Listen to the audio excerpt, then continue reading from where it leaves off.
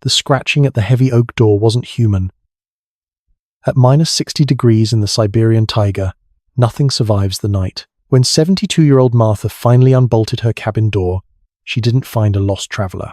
She found a massive shadow retreating, and a frozen, whimpering bundle left deliberately behind. Yakutia is not a place that forgives. Known as the Pole of Cold, this sprawling, frozen expanse in the Russian Far East routinely sees temperatures plummet to -60 degrees Celsius during the brutal winter months.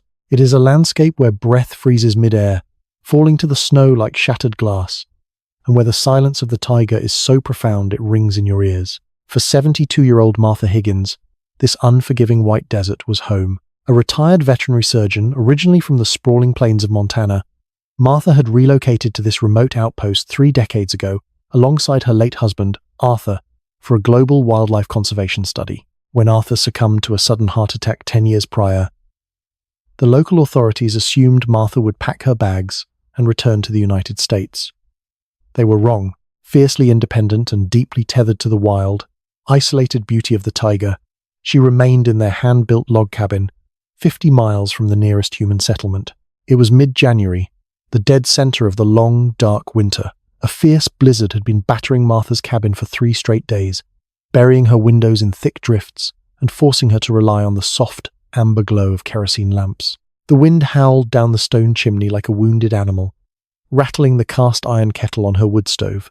Martha sat by the fire, a thick wool blanket draped over her shoulders, methodically cleaning her heavy Winchester rifle, a necessary chore in a land where apex predators ruled the darkness. Then, she heard it. It was faint at first, easily masked by the shrieking wind. Thump. Scrape. Martha paused, her calloused hands freezing over the oiled barrel of the rifle. She held her breath. There it was again. A heavy, deliberate scratching at the base of her reinforced front door, followed by a low, guttural exhalation that vibrated through the floorboards. It was not a human knock. It was too low, too heavy. Her heart hammered against her ribs. In this weather, any animal desperate enough to approach a human dwelling was either starving, rabid, or both. She racked around into the chamber with a sharp, metallic clack, slung the rifle strap over her forearm, and moved slowly toward the entryway. The wooden floor creaked under her thick felt boots. "Who's there?" she called out of sheer instinct, her voice swallowed instantly by the roaring draft around the doorframe. A heavy snort answered her. Then, the sound of massive paws shuffling backward, crushing the packed snow on her porch.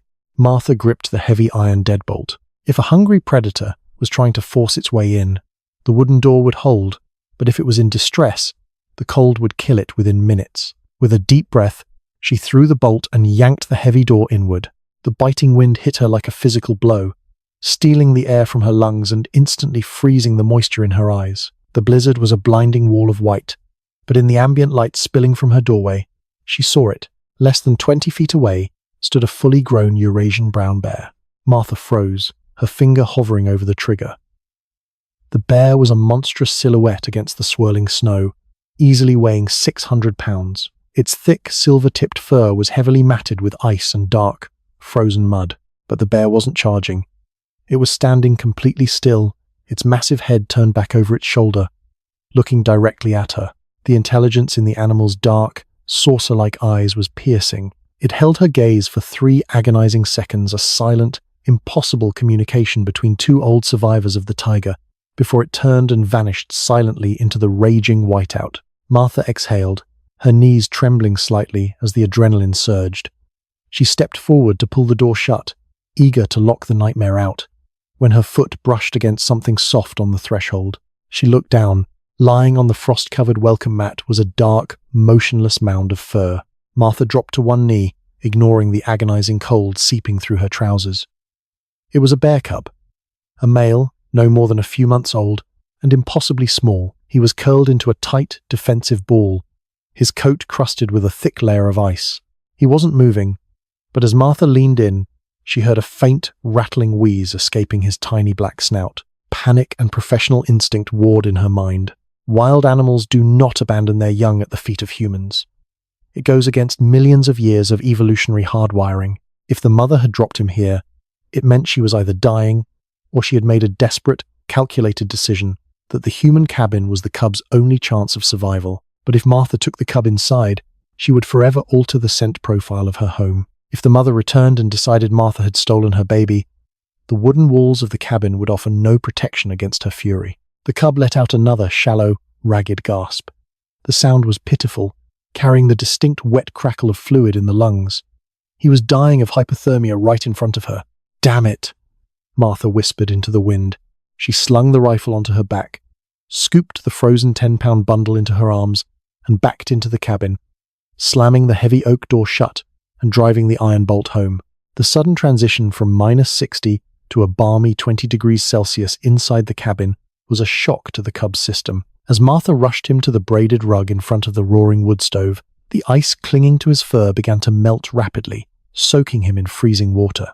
Martha went into overdrive, her decades of veterinary experience taking over. She grabbed a pile of Arthur's old flannel shirts from a trunk and began vigorously rubbing the cub down, trying to stimulate blood flow. The little bear was completely limp, his head lolling sideways. His paw pads, usually soft and leathery, were hard as stone and a dangerous shade of pale blue. "Come on, little one." She filled a rubber hot water bottle from the kettle, wrapped it in a thick towel, and pressed it against the cub's chest, directly over his fading heartbeat. She then dashed to her pantry, retrieving a tin of condensed milk and a jar of raw honey.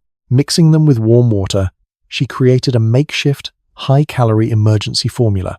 When she returned to the fire, the cub had not moved. His breathing had grown dangerously shallow, spacing out to one breath every 10 seconds. He was slipping into the final stages of a deep freeze. Martha grabbed a plastic veterinary syringe from her medical kit, filled it with the warm milk mixture, and gently forced the tip into the side of the cub's mouth. She depressed the plunger, letting a few drops coat his tongue. Nothing. He lacked the strength to swallow. "Don't you do this," Martha commanded, her voice firm. She began massaging his throat, rubbing the muscles to trigger the swallowing reflex. "Your mother didn't drag you through a blizzard for you to give up on my rug." After agonizing minutes of massaging and reapplying heat, a miracle happened. The cub coughed. A small, weak sputter of warm milk spilled over his chin, followed by a sharp intake of air. His eyelids fluttered, revealing milky, unfocused blue eyes. He let out a high-pitched, reedy cry, a sound of profound pain and confusion. "That's it," Martha breathed a sigh of relief, though the tension in her shoulders remained tightly coiled. She spent the next 3 hours sitting cross-legged on the floor, patiently administering the warm formula drop by drop until the cub had swallowed nearly 2 ounces. As his body temperature slowly rose, he began to shiver violently, a good sign that his nervous system was coming back online. He curled his small, clawed paws into the flannel shirts, seeking comfort. It was only then, as she gently dried the fur around his hind legs, that Martha discovered the horrifying truth behind his arrival. As she ran the towel over his right back leg, the cub let out a sudden, blood-curdling shriek and snapped his jaws weakly at her hand. Martha pulled back, her brow furrowing. She leaned close to the kerosene lamp and gently parted the thick, wet fur on his thigh. Her breath hitched in her throat, tightly wrapped around the cub's upper leg, biting deep into the muscle and scraping the bone, was a heavy-duty braided steel snare wire. The surrounding tissue was black and necrotic, oozing a mixture of blood and infection. The wire had been chewed on, heavily scored by massive, powerful teeth.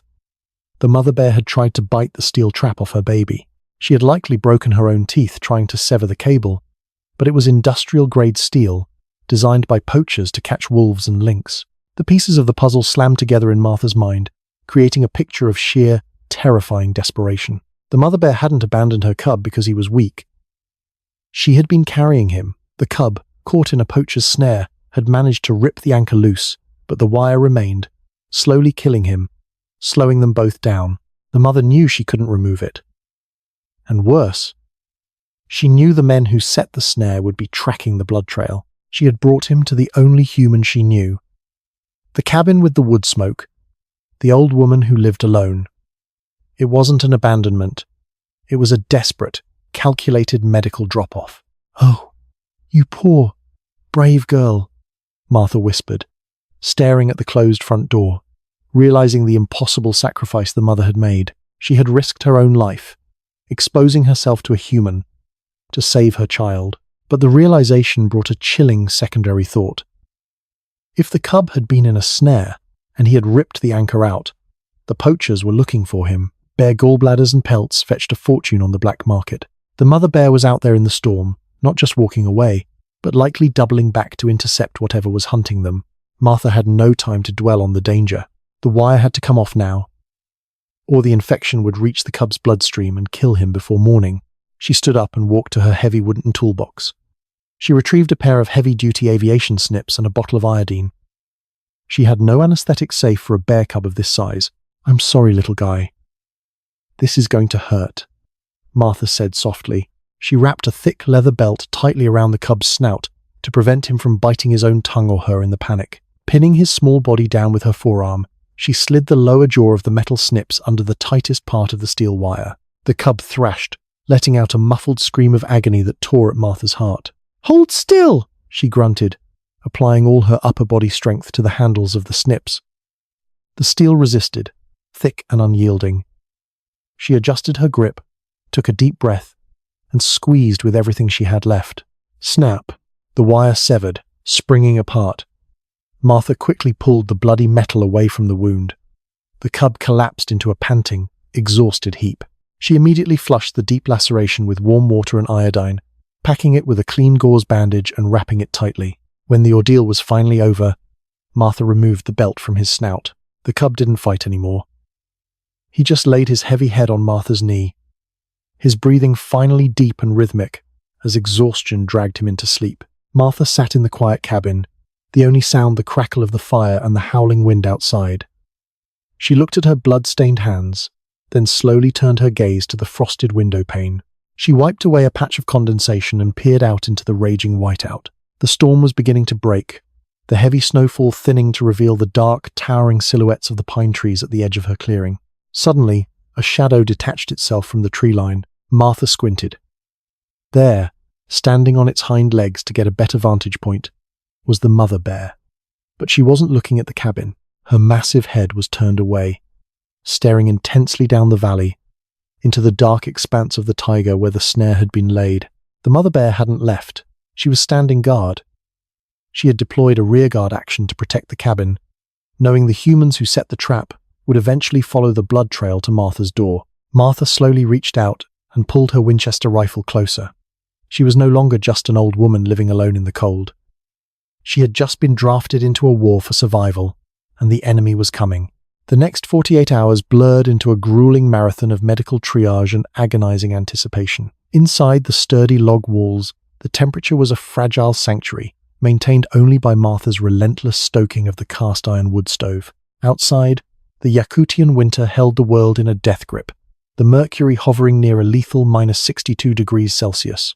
The bear cub, whom Martha had quietly begun calling Arthur in the lonely hours of the night, was proving to be a fighter. The raw honey and condensed milk formula had worked wonders, stabilizing his plummeting blood sugar and pulling him back from the brink of hypothermic shock. He spent most of the first day in a deep, healing torpor, curled tightly into a ball on the braided rug, his small chest rising and falling with a reassuring, rhythmic steadiness.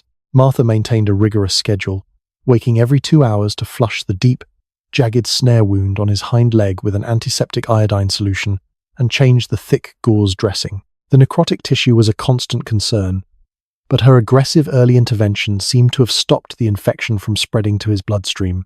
By the morning of the third day, the little bear was awake, alert, and undeniably hungry. He dragged himself across the wooden floorboards, his injured leg splintered and heavily bandaged, emitting a series of demanding, chattering grunts. Martha fed him chunks of dried venison softened in warm broth, watching with grim satisfaction as his primal instincts returned. Yet, despite the triumph of saving his life, a heavy, suffocating dread hung over the cabin. Martha knew the brutal calculus of the taiga.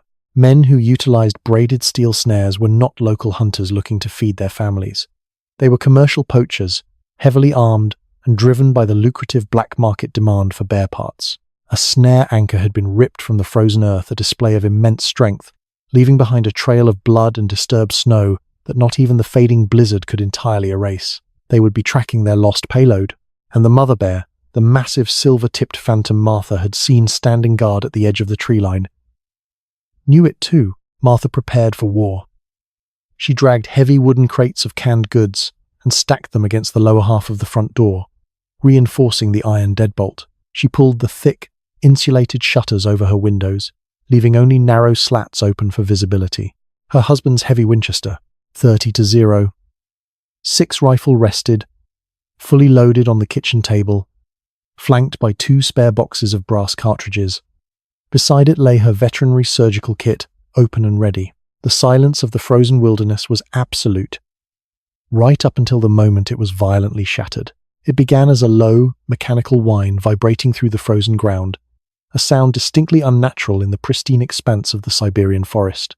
Martha froze, a half-empty mug of black coffee slipping from her trembling fingers to shatter on the floorboards. The cub let out a frightened squall and scrambled under the heavy oak bed frame. Martha snatched the Winchester and moved silently to the front window, peering through the narrow gap in the shutters. 2 miles down the valley, cutting through the dense stands of frost-choked pines, came the unmistakable roar of 2-stroke engines. Snowmobiles, 2 of them, moving fast and weaving through the trees, following the geographic depression that led directly to Martha's isolated clearing. "Stay down, Arthur," Martha whispered to the frightened cub, her voice tight with adrenaline. She racked the lever of the Winchester, chambering a heavy hunting round with a metallic clack that sounded deafening in the quiet cabin. Within minutes, the snowmobiles burst into the clearing. The riders cut their engines, the sudden silence ringing in Martha's ears. The men dismounted, their breath pluming in massive white clouds. They were clad in heavy, military surplus winter gear, their faces obscured by thick neoprene masks and goggles. Both men carried high-powered, semi-automatic rifles slung across their chests. Martha recognized the type immediately: opportunists. Ruthless and accustomed to operating in a lawless wilderness where the authorities were hundreds of miles away. Let's call them Silas and Cole, 2 ghosts in the white desert.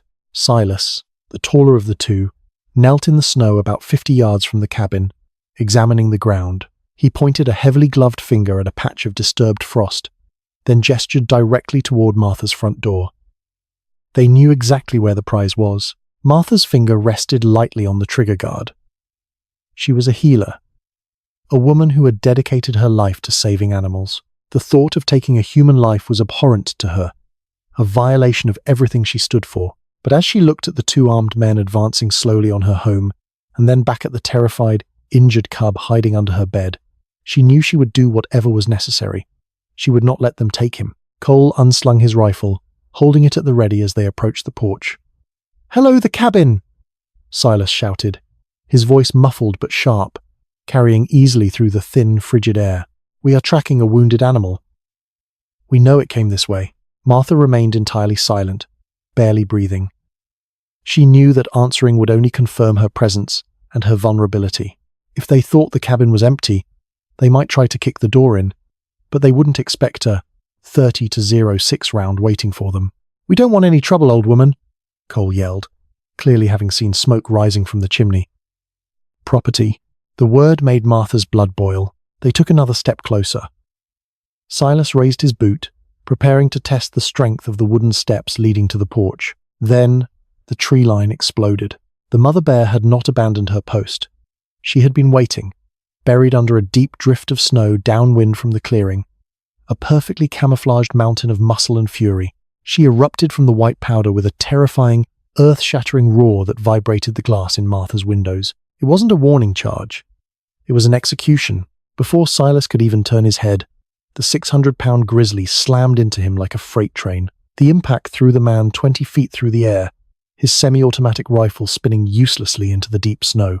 Silas landed in a crumpled, agonizing heap, screaming as the bear descended upon him, her massive jaws snapping and her razor-sharp claws tearing through his thick winter gear like tissue paper.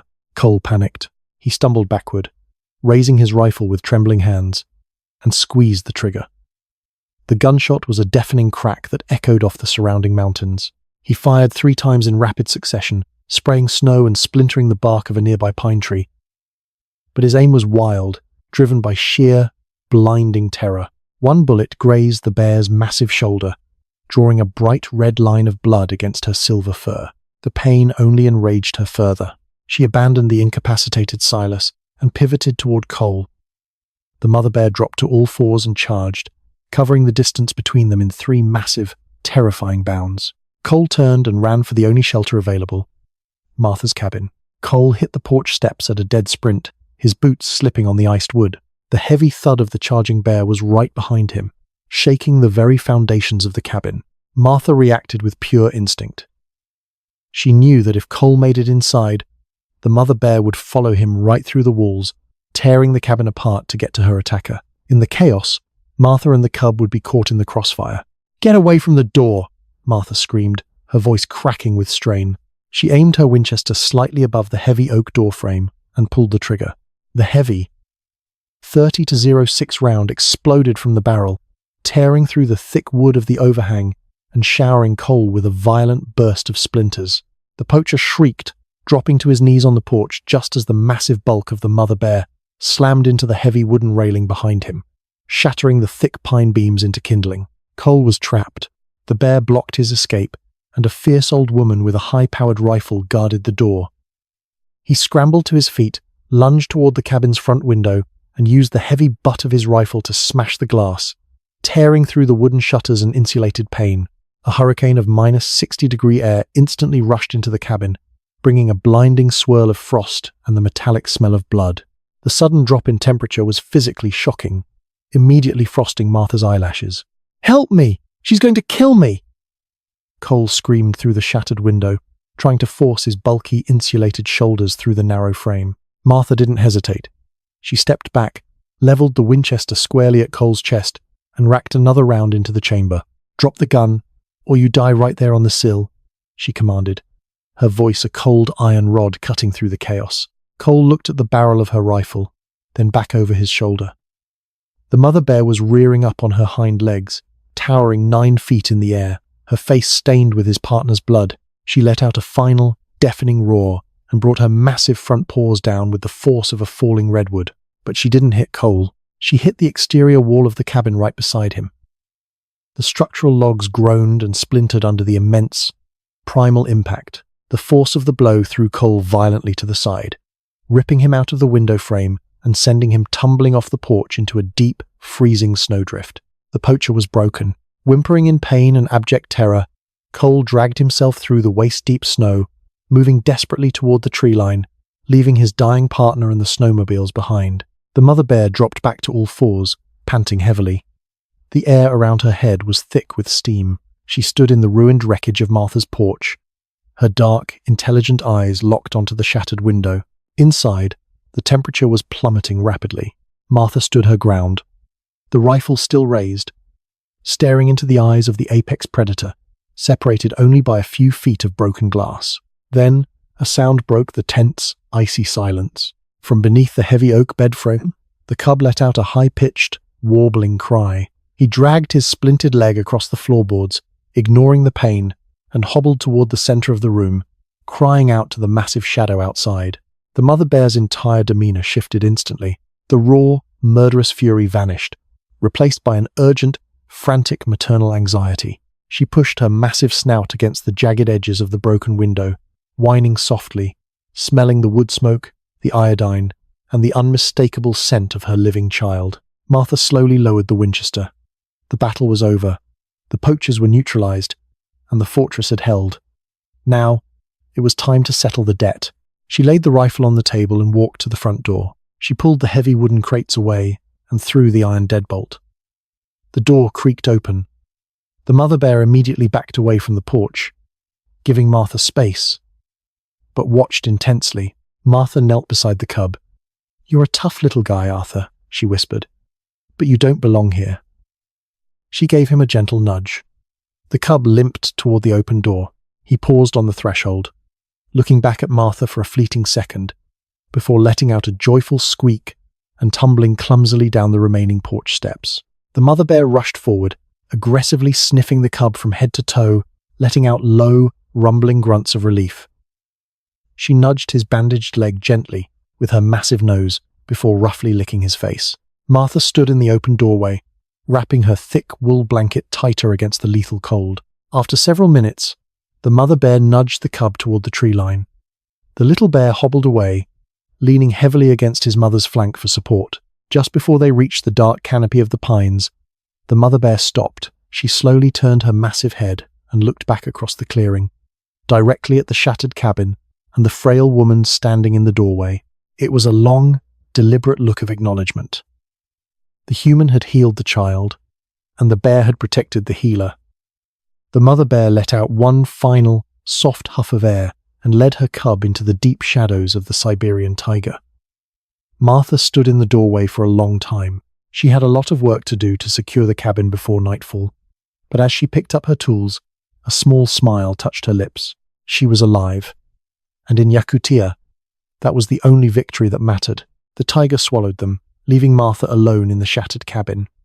She never saw the silver-tipped bear or her cub again. Yet, in the heart of the brutal Yakutian winter, a silent pact had been forged.